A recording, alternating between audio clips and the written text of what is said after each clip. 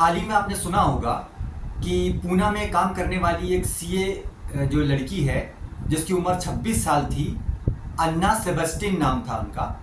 पढ़ने में बहुत ही अच्छी, और सीए कंप्लीट करने के बाद उन्होंने देश के सबसे बड़े जो सीए फर्म्स हैं, देश के क्या बल्कि विश्व के जो सीए फर्म्स में भी बहुत टॉप में आने वाले एक फर्म में उन्होंने नौकरी पाई। लेकिन नौकरी के 4 महीने के अंदर ही उनके ऊपर वर्क का प्रेशर इतना ज़्यादा हो गया कि उनकी तबीयत बिगड़ने लगी और शारीरिक और मानसिक रूप से वो इतनी कमज़ोर हो गई कि अंत में उसकी मौत हो गई। ये उनके माँ बाप के लिए तो एक इतना बड़ा नुकसान है जिसकी भरपाई कभी नहीं हो सकती। साथ में लेकिन एक देश ने, हमारे देश ने एक युवा प्रतिभा को खो दिया है। तो क्या आपको लगता है कि ये जो मामला है देश का पहला मामला है और क्या ये अंतिम मामला होगा? नहीं, आज भी लाखों युवा इसी समस्या से गुजर रहे हैं। वर्क प्लेस में जो स्ट्रेस है वो बढ़ता ही जा रहा है। जो विदेश के राज्य हैं वहाँ वर्क लाइफ बैलेंस बहुत अच्छा मेंटेन करते हैं। जितने घंटे उनकी ड्यूटी होती है उसके बाद उनको डिस्टर्ब नहीं किया जाता, और नंबर ऑफ़ आवर्स जो ड्यूटी के हैं वो भी फिक्स रहते हैं। लेकिन भारत में जो प्राइवेट कंपनियां हैं, बड़ी बड़ी कंपनियां भी 12 से 16 से 18 घंटे काम करना आम बात है, और वर्क लाइफ बैलेंस भारत में बहुत पुअर है।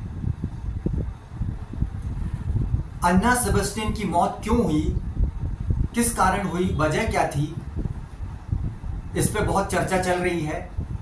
जो साइकोलॉजिस्ट हैं उन्होंने जो इसके बारे में बात की है तो उन्होंने बताया है कि ये क्रॉनिक बर्नआउट हुआ है। क्रॉनिक बर्नआउट का मतलब लोग कहते हैं जब स्ट्रेस बहुत बढ़ जाता है और काफ़ी समय तक कंटिन्यू होता है तो वो शारीरिक, मानसिक और इमोशनल जो हेल्थ बिल्कुल डाउन कर देता है, एनर्जी डाउन कर देती है, और एक बर्नआउट की स्थिति हो जाती है जिसको क्रॉनिक बर्नआउट कहते हैं। कई युवा इससे गुजर रहे होंगे लेकिन वो पहचान नहीं रहे होंगे। तो आज हम जो क्रॉनिक बर्नआउट के जो सिम्टम्स जो साइकोलॉजिस्ट ने बताए हैं वो आपके सामने रख सकते हैं, ताकि हम खुद में भी अगर ये सिम्टम्स हैं तो देख सकते हैं, और हमारे साथ जो लोग हैं अगर वो सिम्टम्स हैं तो उनकी मदद भी कर सकते हैं। जो फिज़िकल सिम्टम्स हैं वो ये है कि थकावट लगातार बना रहना, नींद ठीक से नहीं आना, और वजन हम तेज़ी से या तो बढ़ सकता है या तेज़ी से घटना। ये कुछ शारीरिक सिम्टम्स हैं। जो इमोशनल सिम्टम्स वो हैं हेल्पलेस फील करना, असहाय फील करना। दूसरा चिड़चिड़ापन, इरिटेट हो जाते हैं, थोड़ा सा भी कुछ बोलें तो इरिटेट हो जाते हैं, गुस्सा हो जाते हैं। इमोशनली नम होना, मतलब उनको इमोशन फील ही ना हो। दूसरों से दूरी बनाना, कोई भी जो सामाजिक जो पार्टीज़ हैं या कुछ है उससे दूरी बना लेते हैं। दुखी रहना, लो फील करना, मतलब मूड लो रहना। मेंटल जो इसके सिम्टम्स हैं, पहला सिम्टम काम के प्रति अरुचि होगी, मानसिक थकावट महसूस होगा, और उनकी कार्य क्षमता है वो कम हो जाएगी। तो ये सिम्टम्स अगर हम देखें तो हम पहचान सकते हैं कि हम क्रॉनिक स्ट्रेस से क्रॉनिक बर्नआउट की तरफ बढ़ रहे हैं, और उसके लिए तुरंत कदम उठाना चाहिए। तो ऐसे क्या कदम हैं जो हमें तुरंत उठाना चाहिए अगर हम इस प्रक्रिया से या इस समस्या से गुजर रहे हैं? पहला है, जैसे हमें पता चले क्रॉनिक बर्नआउट है या स्ट्रेस बहुत बढ़ गया है, तो अपने साथ के लोगों से, अपने माता पिता से, अपने दोस्तों से, अगर वर्क प्लेस पे है तो अपने साथ के लोगों से, सुपीरियर से ये बात करें।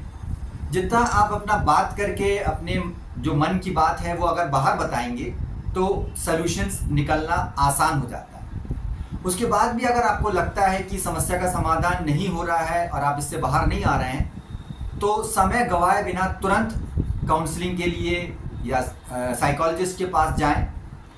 बहुत सारे ऐसे टेक्निक्स हैं, थेरेपीज़ हैं, कॉग्निटिव बिहेवियर थेरेपी हैं, स्ट्रेस रिडक्शन टेक्निक्स हैं, और अगर ये काम नहीं कर रहे हैं तो उसके साथ में दवाइयाँ भी दी जा सकती हैं।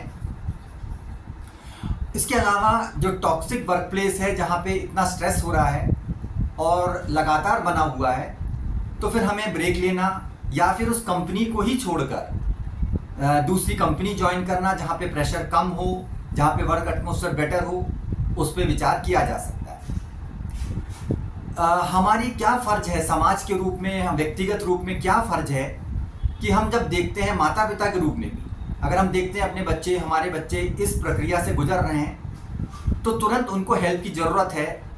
तो उन्हें आप इसके लिए उनके साथ सपोर्ट सिस्टम बना के उसको आप इसके लिए प्रक्रिया शुरू करें, उसके लिए ट्रीटमेंट शुरू करें।